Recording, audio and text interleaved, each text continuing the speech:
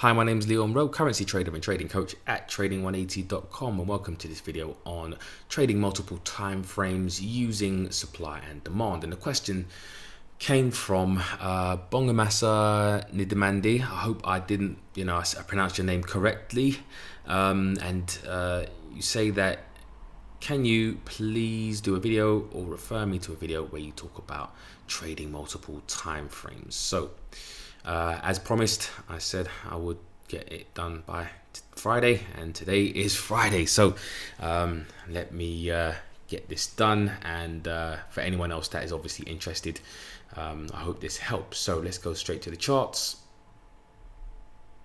And here we are.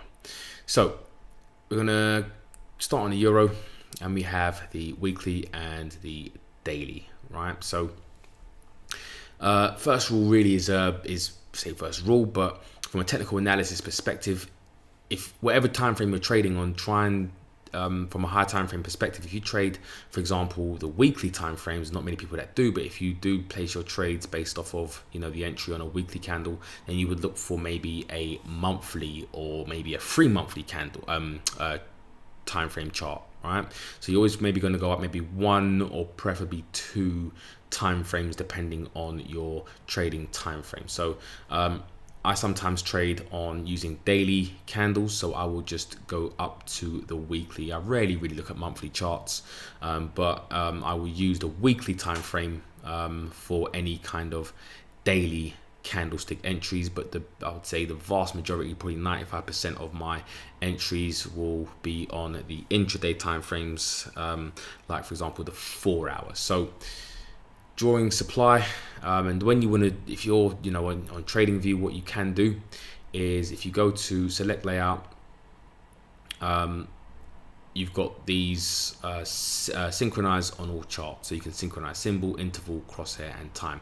And one of the things that you can also do is drawings. So what I want to do is just show you what what a weekly supply zone would look like on a daily time frame chart. So if you click that, and then what we want to do is we want to go to the weekly time frame, and then if you look down, this is the weekly and this is the daily, the one on the lower chart. It will sync the weekly supply on a daily time frame chart. Right, so that's pretty much what we're looking for. So the second thing I look for, in fact it's really before any kind of technical analysis, is understanding why you're buying or selling a currency. And I know I hark on about this all the time, but it's vitally important that you understand why you're buying the dollar, or why you're buying the euro, or why you're selling the dollar compared to the euro, right? You have to know which one is strength and weakness, and that really comes through fundamental and sentiment analysis. And if you do want to know how I trade fundamental sentiment analysis, there's a free course in the description box below. Click on there and literally you'll get everything I know about fundamentals and risk sentiment, because supply and demand is all centered around value, right?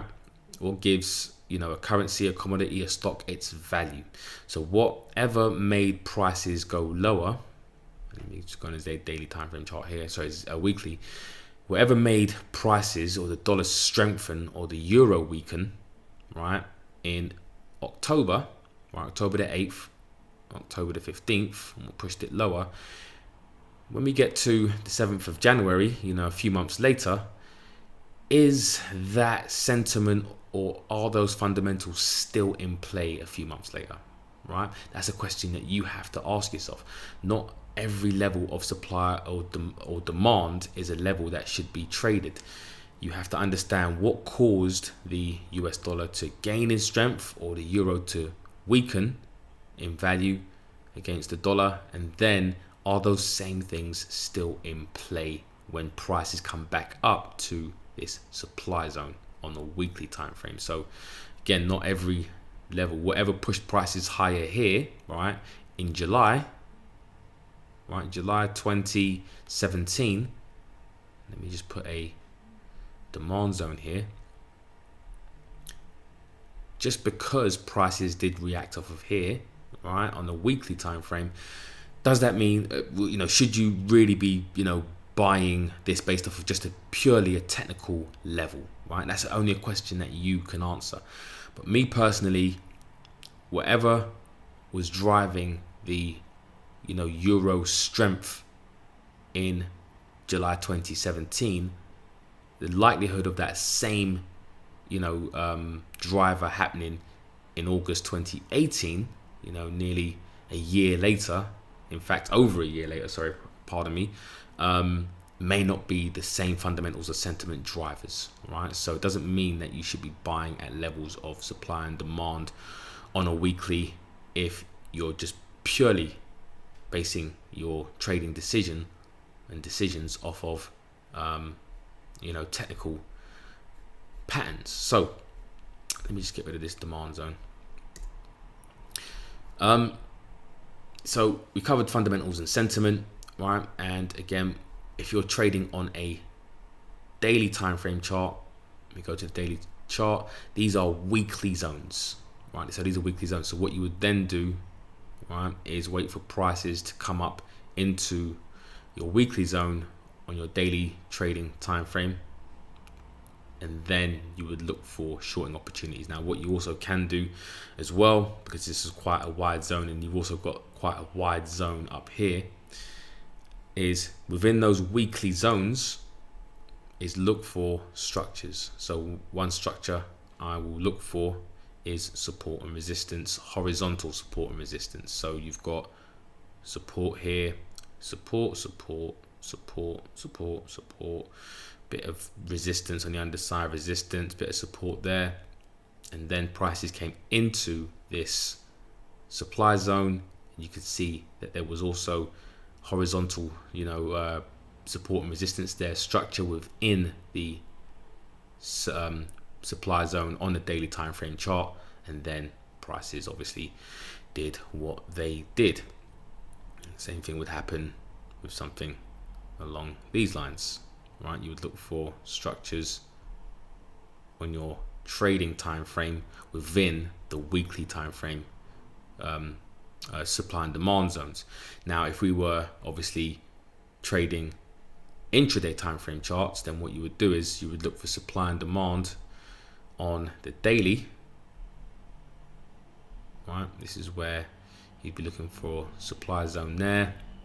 You've got another supply zone right there as well, and then you would go down into your trading time frame. I trade the 4 hour, and then within this daily zone, within this daily supply zone right here and here, you would look for structures that come within that level. So you can clearly see one right here where you've got bit of support, bit of resistance, clearer here, resistance, zoom in a bit of support, resistance, and then prices come up into this support and resistance level within the overall daily supply, right? So you're looking at 4 hour structures within the higher time frame zone. And yeah, so that's pretty much how one of the ways that I go about trading, and really kind of drilling down into my time frame analysis. I hope that helps, and I hope that answers the question to the gentleman that that asked it. And if you did, obviously anyone else who's watching this, if you did like the analysis, please subscribe and share. You can check out all the other videos that I have on the channel as well. Plenty of free supply and demand analysis, and my analysis you probably won't find anywhere else in the way that I describe it. So yeah, I hope you guys have a great weekend, and I'll be making obviously the weekly supply and demand analysis on about 10 of the major currency pairs on Sunday, so keep an eye out for that. And yeah, hope you guys definitely have a great weekend. Don't forget to ask me any questions you might have, and take care.